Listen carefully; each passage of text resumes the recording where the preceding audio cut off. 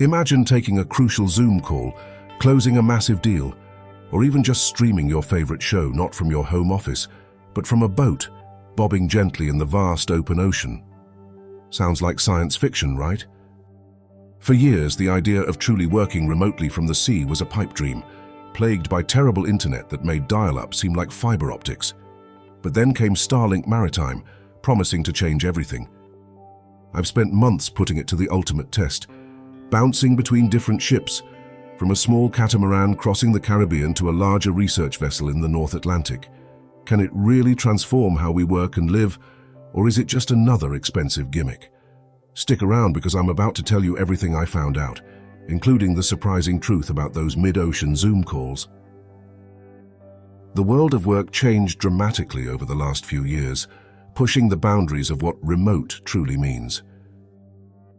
What started as working from home quickly evolved into working from anywhere. A cozy cafe in Italy, a mountain cabin in Patagonia, or even an RV touring the national parks. But for a certain kind of adventurer, a very specific dream began to take shape, working remotely from the vast open ocean. Think about it. Waking up to the sunrise over an endless horizon, taking a quick swim during your lunch break, and having your office view constantly change. It's the ultimate escape, the pinnacle of digital nomadism. For a long time, this was just a beautiful fantasy. Why? Because the internet at sea was, to put it mildly, a joke. We're talking slow, expensive, and unreliable connections that could barely load a single web page, let alone handle a video call. It was a deal-breaker for anyone needing to stay connected for their livelihood. That's where Starlink stepped in. Elon Musk's satellite internet service, particularly its maritime offering, promised to throw a lifeline to this dream. It promised reliable, high-speed internet, even in the middle of nowhere. The central question, the one that kept me up at night, was whether this promise extended to something as bandwidth-hungry and latency-sensitive as a live Zoom call from the mid-Atlantic. My initial findings after weeks of real-world testing suggest a qualified yes. It's a game-changer, but like any new technology, it's not without its quirks. So how does Starlink Maritime actually work, and why is it such a big deal? Well, it's not just a regular Starlink dish strapped to a boat. We're talking about specialized antenna units designed to handle the unique challenges of the open sea. These aren't your typical backyard dishes. They're rugged, often flat panel arrays, engineered to withstand the relentless pounding of waves, the corrosive salt spray, and the extreme weather conditions that Mother Nature loves to throw at ships. The magic, though, is in their ability to maintain a stable connection, even as the vessel pitches, rolls, and yaws through choppy waters. They continuously track the Starlink satellites, orbiting hundreds of miles above, ensuring that precious signal remains locked on. This is a monumental leap from the satellite internet solutions of yesteryear. Before Starlink, if you wanted internet at sea, you were typically looking at geostationary satellite systems. These satellites sit much, much higher in orbit, tens of thousands of miles away, which meant massive latency, sometimes half a second or more, making real-time communication like video calls almost impossible. Imagine trying to have a conversation where every word you say takes a noticeable delay to reach the other person, and vice versa. It's frustrating. On top of that, older systems offered ridiculously restricted bandwidth, meaning agonizingly slow speeds, and the cost was often prohibitive, measured in dollars per megabyte. Starlink, with its vast constellation of lower orbiting satellites, slashes that latency and vastly improves bandwidth, making it a different beast entirely.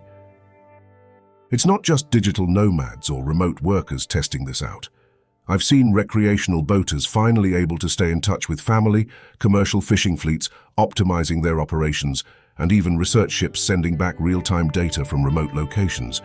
They're all early adopters, pushing the limits of this new connectivity.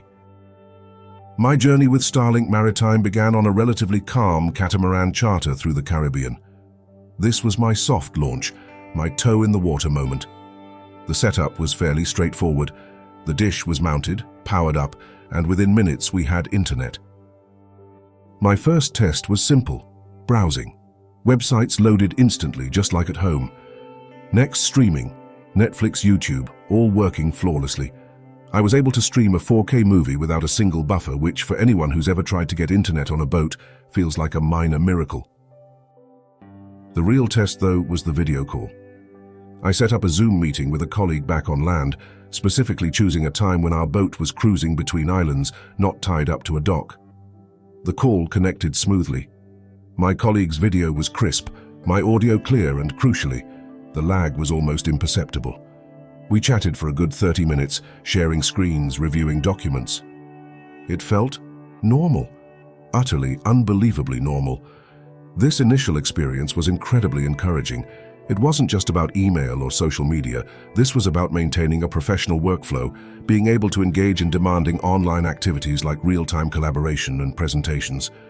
It instantly opened up possibilities for remote workers who previously thought their careers were tethered to land. The dream of working while sailing, researching, or simply exploring suddenly felt tangible, not just a fleeting thought. It seemed like the days of having to choose between a passion for the sea and a demanding career were finally over. Now, let's be real. Starlink Maritime, despite its incredible capabilities, is not some magic bullet that solves every internet problem at sea. While it's a huge leap forward, it still has its limitations, and pretending otherwise would be doing you a disservice. I learned this the hard way during a less than idyllic passage through a patch of bad weather. The biggest factor I consistently ran into was Mother Nature herself. Weather conditions can absolutely wreck your connectivity. On my North Atlantic trip, we hit a nasty squall with torrential rain, and the Starlink signal took a noticeable hit. The connection didn't drop entirely, but the speeds plummeted and the latency jumped up. My smooth Zoom call turned into a pixelated, stuttering mess. It wasn't completely unusable. I could still send text messages and light emails, but a video call was out of the question. This rain fade phenomenon is a known issue with satellite internet, and while Starlink handles it better than older systems, it's not immune. Heavy storms, especially those with dense cloud cover and intense precipitation, can temporarily disrupt the signal because the water particles in the atmosphere absorb and scatter the microwave signals from the satellites. Another thing I noticed was that speed and reliability aren't perfectly consistent across all geographical locations. While Starlink aims for global coverage, the density of satellites and ground stations can vary. In some remote areas, especially closer to the poles or in less trafficked ocean lanes, the performance could fluctuate more. It's not a dramatic difference, but enough to turn a seamless 4K stream into a consistent 1080p, or to add a tiny, almost imperceptible lag to a video call. It's still light years ahead of anything else, but it's not always the blazing fast speeds you might get in a densely populated land area. Finally, like any shared network, the performance can be affected by the number of concurrent users on your specific vessel, or in your immediate satellite coverage area. If everyone on a large yacht or research ship is trying to stream video or jump on calls at the same time, you might experience some slowdowns. It's a bit like a home internet connection during peak hours. The more people are pulling data, the less bandwidth there is for everyone. It's an important consideration, especially for larger crews or vessels, with many passengers who are all trying to work or relax online. All right, let's talk about the elephant in the room, or rather, the whale in the ocean. Cost. This dream of remote work at sea, powered by Starlink, isn't cheap. In fact, it's substantially more expensive than the residential Starlink service you might have at home. When I initially looked into it, the sticker shock was real. First, there's the hardware. You're not just buying a regular dish. The specialized maritime equipment, often referred to as Starlink Flat High Performance, is built for the rugged marine environment. It needs to be more robust, more weather-resistant, and capable of maintaining that satellite lock while constantly moving.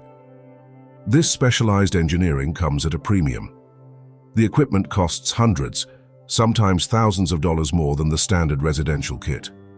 It's a significant upfront investment, particularly for smaller vessels or individual users who are footing the entire bill themselves. You're paying for industrial-grade durability and performance. Then there are the monthly subscription fees. These are also significantly higher than residential plans. While residential Starlink might cost you around $120 a month, the maritime service can easily run into the hundreds of dollars, sometimes over 1,000 depending on the specific plan and region. These higher fees reflect the increased complexity of providing oceanic connectivity. Think about it. You're getting internet beamed down from satellites to a moving target, often far from any ground stations across vast stretches of water. The operational costs for Starlink to maintain this global network, especially for mobile users, are substantial. For a large commercial vessel or a superyacht, these costs are often just a drop in the bucket of their overall operating expenses. But for a solo digital nomad sailing a modest catamaran or a small research team on a tight budget, this represents a major financial commitment. It's definitely not a casual expense. You have to weigh the incredible freedom and connectivity it offers against the substantial financial outlay. For many, the ability to earn a living while pursuing a life at sea makes the investment worthwhile. But it's a critical piece of the puzzle that often gets overlooked in the romanticized vision of oceanic remote work. This brings us to the moment of truth. Can you actually join a Zoom call from the middle of the Atlantic? This wasn't just a hypothetical question for me, it became a mission. My most challenging test came during a long-distance delivery trip, pushing past the 200-mile mark from any coastline, deep into the Atlantic. The sea was moderate, with a gentle swell, and the sky was partly cloudy, a typical day out there. I had scheduled a crucial meeting with a client, a full-on video conference with screen sharing and a few different participants. The pressure was on. I connected my laptop, triple-checked the Starlink app, which reported excellent connectivity, and clicked the Zoom link. My heart was pounding. The connection was almost instantaneous. I saw my client's face pop up clear as day. Their voice came through without a hitch. I introduced myself, explained my rather unusual office location, and we dove right into the discussion. We shared financial documents, scrolled through presentations, and brainstormed new ideas, all in real time. There were a couple of tiny, almost imperceptible stutters when a particularly large wave hit and the boat pitched a bit more dramatically, causing the dish to momentarily realign. But they were so minor that the conversation flowed right past them. For the entire hour-long call, I felt completely connected, completely professional. I even forgot for a few moments that I was thousands of feet above an ocean floor, hundreds of miles from the nearest land. The feeling afterwards was pure exhilaration. It wasn't just that the call worked, it was how well it worked. It wasn't a compromised, barely there connection. It was a solid, reliable, professional experience. This wasn't just a fleeting moment of good luck. This was sustained, high-quality connectivity, proving that the dream of working effectively from the deep blue is no longer a fantasy. It's a very real, very tangible possibility. This experience was the climax of my Starlink journey. The moment where all the promises, the tech and the expense coalesced into a powerful, undeniable reality. So after months of testing Starlink Maritime across different vessels and environments, from calm Caribbean waters to the open Atlantic, what's the final verdict? Despite its cost and occasional weather-related quirks, the potential of Starlink for remote work at sea is undeniable and, frankly, revolutionary. It's transforming how individuals can live and work on the water, turning what was once a niche, disconnected lifestyle into a viable, productive option for many.